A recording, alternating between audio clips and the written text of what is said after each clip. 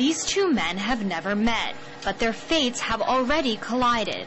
Both now live in the United States and have fought in Afghanistan, but for different countries.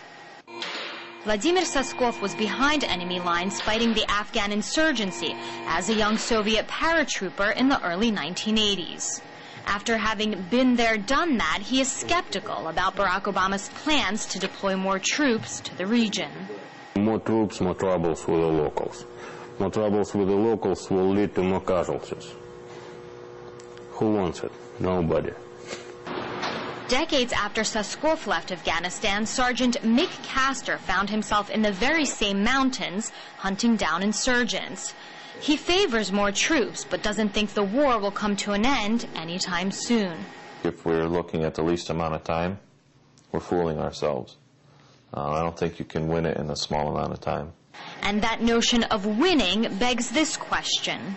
Is the U.S. Army going there to fight a war or to try to build a democracy in Afghanistan?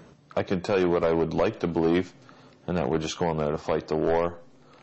Democracy, I think we can get arrogant with that. As long as we're open to them having a democracy in their way, not in our way, that's a good thing.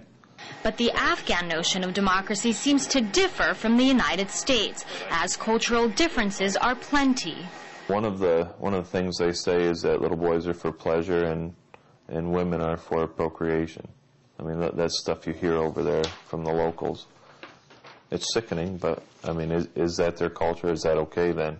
Policies are absolutely to respect their culture, their religion.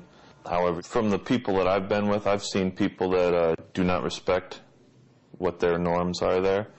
And not respecting those norms could backfire heavily on the United States.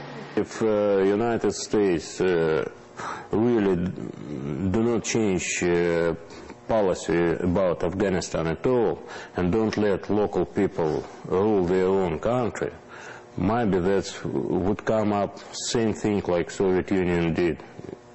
Eventually, the United States have to go out of this country and leave them alone. But getting out may be easier said than done. Barack Obama is expected to reveal some of his plans for Afghanistan at the upcoming G20 summit. And though the war is about to really begin, the end may be nowhere in sight. Dina Goslovsky, RT, Washington.